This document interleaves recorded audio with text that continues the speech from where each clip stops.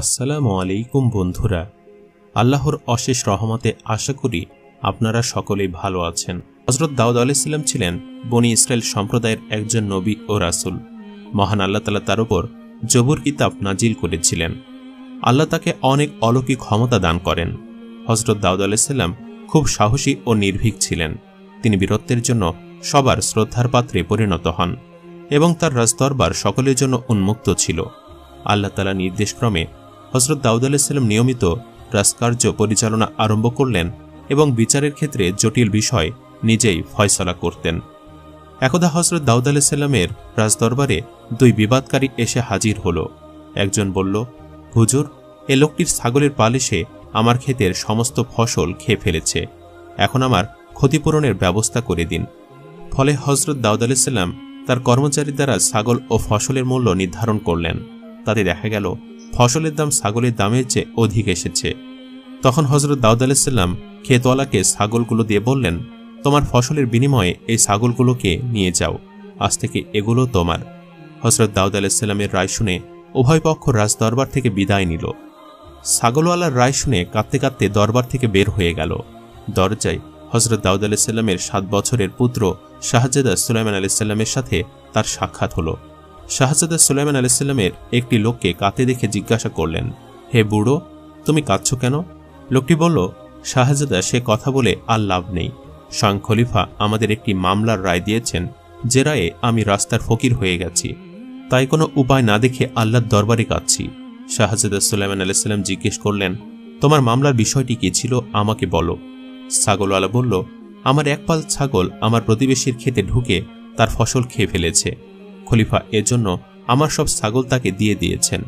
এখন আমার অবস্থা খুবই বিপজ্জনক হয়ে দাঁড়িয়েছে, কারণ আমার আর কোনো আয় রোজগারের ব্যবস্থা নেই। ছাগলের দুধ বিক্রয় করে আমার জীবিকা নির্বাহ হতো। শাহজাদা সুলাইমান আলাইহিস সালাম পিতার রায় শুনে ছাগলওয়ালাকে বললেন, তুমি পুনরায় খলিফার দরবারে গিয়ে বলো, হুজুর, আমার মামলার বিষয়টা আর একটু ভেবেচিন্তে রায় দিলে বেঁচে যেতাম, না হয় আমার পরিবারে বেঁচে থাকার কোনো উপায় থাকবে না। লোকটি শাহজাদার পরামর্শ অনুসারে খলিফার দরবারে পৌঁছে অনুরূপ আরজ করল। খলিফা তখন তাকে জিজ্ঞেস করল, তোমাকে এ কথা কে শিখিয়ে দিয়েছে? লোকটি বলল, শাহজাদা সুলাইমান আলাইহিস সালাম। তখন খলিফা শাহজাদাকে দরবারে ডেকে পাঠালো।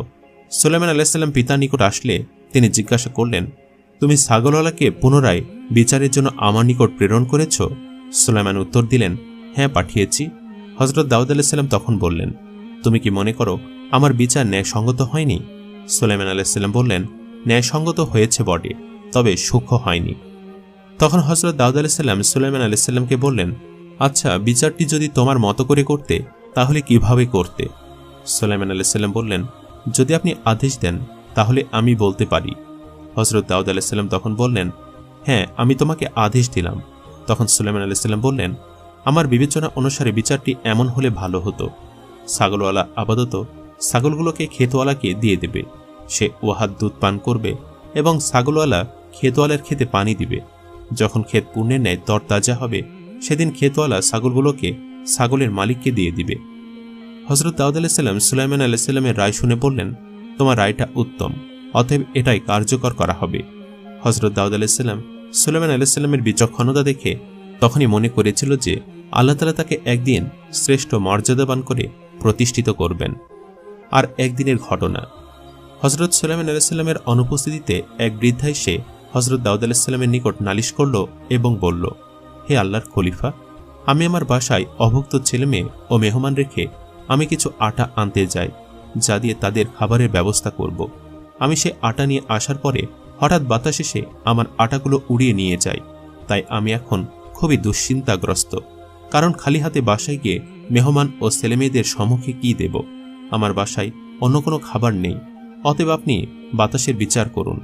হযরত দাউদ আলাইহিস সালাম বৃদ্ধার অভিযোগ শুনে খুবই সমস্যায় পতিত হলেন। তিনি তখন বৃদ্ধাকে বললেন, বৃদ্ধা মা, আমি বাতাসের বিচার কিভাবে করব? বাতাস আমার অধীন নয়, তাই তাকে হাজির করা সম্ভব নয়। তার চাইতে আমি আমার নিজের টাকা থেকে 5 আটা দিচ্ছি, তুমি এটা দ্বারা রুটি করে মেহমানদের আপ্যায়ন করো। বৃদ্ধা এ কথায় রাজি হলে হযরত দাউদ আলাইহিস সালাম তাকে 5 আটা দিয়ে বিদায় করলেন। বৃদ্ধা খলিফা দরবার থেকে বিদায় নিয়ে যখন সম্মুখে দরজায় গিয়ে পৌঁছালো, তখন শাহজাদা সুলাইমান আলাইহিস সালামের সাথে তার সাক্ষাৎ হলো। হযরত সুলাইমান আলাইহিস সালাম বৃদ্ধা মহিলাকে দেখে বললেন, কি হয়েছে বৃদ্ধা? খলিফার দরবারে ভিক্ষা নিতে এসেছিলে বুঝি? বৃদ্ধা বলল, না বাবা, আমি আসছিলাম বাতাসের বিরুদ্ধে মামলা দায়ের করার উদ্দেশ্যে, কিন্তু খলিফা আমার অভিযোগ গ্রহণ করলেন না। তিনি আমাকে কিছু আটা দিয়ে বিদায় করলেন। হযরত সুলাইমান আলাইহিস সালাম তখন ঘটনার বিবরণ জানতে চাইলেন। বৃদ্ধা তাকে তখন সম্পূর্ণ ঘটনা খুলে বলল। তখন হযরত সুলাইমান আলাইহিস সালাম বললেন, তুমি পুনরায় খলিফার নিকট চলে যাও এবং বলো যে, খলিফা, আমি আপনার নিকট এসেছি বিচার প্রার্থী হয়ে, ভিক্ষা নিতে আসিনি। অতএব আমি এ আটা নিব না, আপনি আমার অভিযোগের বিচার করুন। তাই বৃদ্ধা শাহজাদার কথা অনুসারে খলিফার নিকট গিয়ে নতুন করে তার অভিযোগ পেশ করল। খলিফা তখন খুবই মুশকিলে পড়লেন। তিনি বৃদ্ধা মহিলাকে 10 মণ আটা দিয়ে রাজি করলেন। বৃদ্ধা যখন আটার বস্তা বহনকারীদেরকে নিয়ে যখন পূর্বের স্থানে পৌঁছালো, তখন শাহজাদা সুলাইমান আলাইহিস সালাম তাকে জিজ্ঞাসা করলেন, কি হে বৃদ্ধা, তোমার অভিযোগের বিচার পেয়েছ নাকি ভিক্ষা নিয়ে বাড়ি যাচ্ছ? তখন বৃদ্ধা খলিফার ব্যবহারের কথা বলল। তখন হযরত সুলাইমান আলাইহিস সালাম বললেন, তুমি আরো অনেক কিছু পাবে, এর জন্য তুমি পুনরায় খলিফার নিকট গিয়ে বাতাসের বিচার প্রার্থী হও, ভিক্ষা নিয়ে বিদায় হইও না। বৃদ্ধা দেখল খলিফার নিকট গেলে তার সম্পদ বৃদ্ধি পায়। অতএব শাহজাদার ন্যায় এক বিরাট ব্যক্তিত্বের কথায় সে আবার যাবে, তার ভয়ের কোনো কারণ নেই। খলিফা রাগ করলে সে শাহজাদার কথা বলবে, তাই এ সমস্ত চিন্তা করে সে খলিফার নিকট গিয়ে বলল, হুজুর, অভিযোগের বিচার না করে আমাকে ভিক্ষা বাড়িয়ে দিলেন, এতে কিয়ামতের দিন আপনি ন্যায় বিচারক বলে দাবি করতে পারবেন? আমি সেদিন কিন্তু বলবো, খলিফা আমার অভিযোগের বিচার করেন নাই। খলিফা বৃদ্ধার কথা শুনে বললেন, তোমাকে এ সমস্ত কে শিখিয়ে দিয়েছে? বৃদ্ধা বলল, শাহজাদা সুলাইমান আলাইহিস সালাম আমাকে সবকিছু বলে দিয়েছে। তখন হযরত দাউদ আলাইহিস সালাম শাহজাদাকে দরবারে ডাকলেন। সুলাইমান আলাইহিস সালাম পিতার নিকট এসে সালাম দিলেন। হযরত দাউদ আলাইহিস সালাম বললেন, তুমি বারবার বৃদ্ধাকে আমার নিকট প্রেরণ করে আমাকে হয়রানি করে তুলছ কেন? বাতাস কি আমার অধীন যে আমি তাকে এনে বৃদ্ধার সম্মুখে বিচার করব? এটা একটা অসম্ভব ব্যাপার।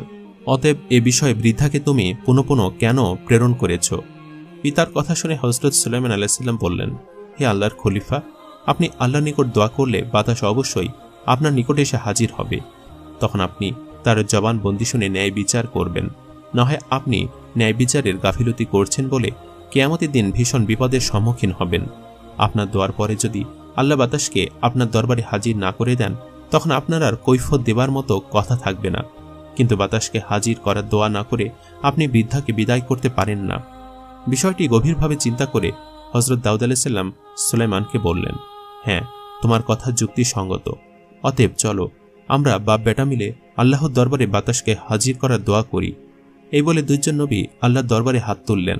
দুইজন উঁচু পর্যায়ের নবীর দোয়া আল্লাহ তাআলা বেকার করে দিতে পারেন না। তিনি বাতাসকে একটি আকৃতি করে হযরত দাউদ আলাইহিস সালামের দরবারে হাজির করে দিলেন। ফলে বাতাস নবীদ্বয়কে সালাম করে তাদের সম্মুখে দণ্ডায়মান হয়ে রইল।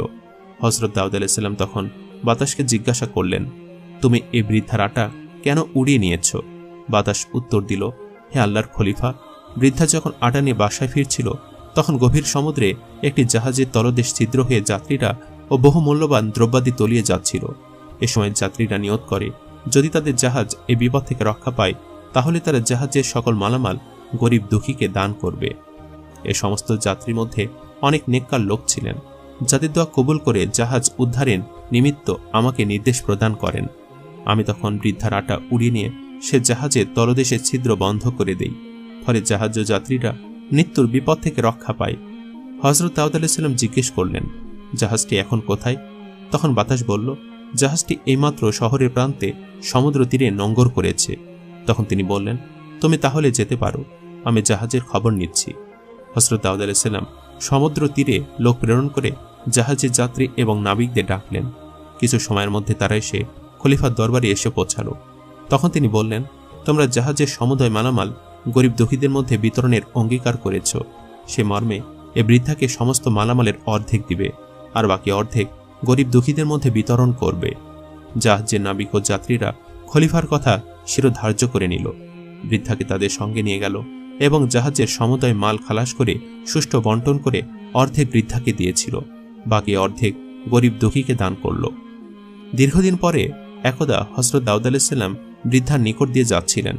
এ সময় তিনি দেখতে পেলেন যে বাড়ির কোনো চিহ্ন নেই। সেখানে বিরাট বিরাট অট্টালিকা আর চতুর্দিকে ফুলবাগান, সম্মুখে দারোয়ান, চত্বরে ঘোড়ার গাড়ি। তখন হযরত দাউদ আলাইহিস সালাম সেখানে লোকদেরকে জিজ্ঞেস করলেন, এখানে এক বৃদ্ধার বাড়ি ছিল, সে বৃদ্ধা এখন কোথায়? লোকেরা তার কথার উত্তরে বলল, হুজুর, এ প্রাসাদ অট্টালিকা সে বৃদ্ধা মহিলা, সে নাকি বাতাসের বিরুদ্ধে আপনার কাছে অভিযোগ করে অনেক ধন সম্পদের মালিক হয়েছে। এখন তার সাক্ষাৎ লাভ করা সাধারণ মানুষের জন্য কষ্টকর। হযরত দাউদ আলাইহিস সালাম তখন বৃদ্ধাকে খবর দিতে বললেন। বৃদ্ধা খলিফার কথা শুনে তড়িৎ তার সম্মুখে হাজির হল। খলিফা বৃদ্ধাকে জিজ্ঞাসা করলেন, বৃদ্ধা, তুমি এমন কি কাজ করেছ যে আল্লাহ তাআলা তোমার এই বিপুল ধন সম্পদের মালিক করেছেন? বৃদ্ধা বলল, হুজুর, আমি তেমন বিশেষ কোনো নেক কাজ করেছি বলে আমার মনে পড়ে না। তবে একদিন এক ভিক্ষুক আমার বাসায় এসে বলল, মা, আমি 3 দিনের উপবাসী, আমাকে কিছু খেতে দাও, ক্ষুধায় আমার জান বেরিয়ে যাচ্ছে। তখন আমি ঘরে গিয়ে দেখলাম ঘরে সামান্য এক টুকরা রুটি ছাড়া ঘরে আর কিছু নেই। তখন আমি রুটির টুকরা এনে ভিক্ষুককে খেতে দিলাম। ভিক্ষুক তখন রুটি টুকরা খেয়ে বলল, এতে আমার ক্ষুধার জ্বালা আদৌ মেটেনি, অতএব আমাকে আর কিছু খেতে দাও। তখন আমি তাকে বললাম, বাবা, আমার ঘরে আর কিছু নেই, তবে কিছু সময় অপেক্ষা করুন, আমি আটা এনে তোমাকে রুটি করে দেই। এ কথা বলে আমি রুটি আনতে গিয়ে বাতাসের সম্মুখীন হই এবং আটা সম্পূর্ণ উড়িয়ে নেয়। তখন আমি আপনার দরবারে গিয়ে বাতাসের বিরুদ্ধে অভিযোগ দায়ের করি। আপনি ও শাহজাদা সুলাইমান আলাইহিস সালাম দোয়া করে বাতাসকে হাজির করে ডুবন্ত জাহাজের যে অর্ধেক সম্পদ আমাকে প্রদান করেছিলেন, উহা ছিল আমার উন্নতির প্রধান কারণ। উক্ত সম্পদের অধিকারী হওয়ার পরে আমার ছেলেরা বিদেশের সাথে ব্যবসা বাণিজ্য করে, তাতে আল্লাহ আমাকে অনেক বরকত দিয়েছে। আমি অনেক অর্থ সম্পদের মালিক হয়েছি। গোটা শহরে আমার চেয়ে অধিক সম্পদশালী কেউ আছে বলে আমার জানা নেই। হুজুর, আপনি আমাকে এখন সম্পদশালী করে দিয়েছেন, এবার পরকালের মুক্তির ব্যবস্থা করে দিন। হযরত দাউদ আলাইহিস সালাম বললেন, তুমি যে সম্পদ পেয়েছ তা তোমার আটার বদলে পেয়েছ। বাকি ভিক্ষুকের আপ্যায়নের প্রতিফল আল্লাহ তাআলা তোমাকে পরকালে দান করবেন। সুবহানাল্লাহ। প্রিয় দর্শক, এই ছিল আমাদের আজকের এই ঘটনা। কেমন লাগলো কমেন্ট করে অবশ্যই জানাবেন। আজ তাহলে এই পর্যন্তই। আপনারা ভালো থাকবেন, সুস্থ থাকবেন। আল্লাহ হাফেজ।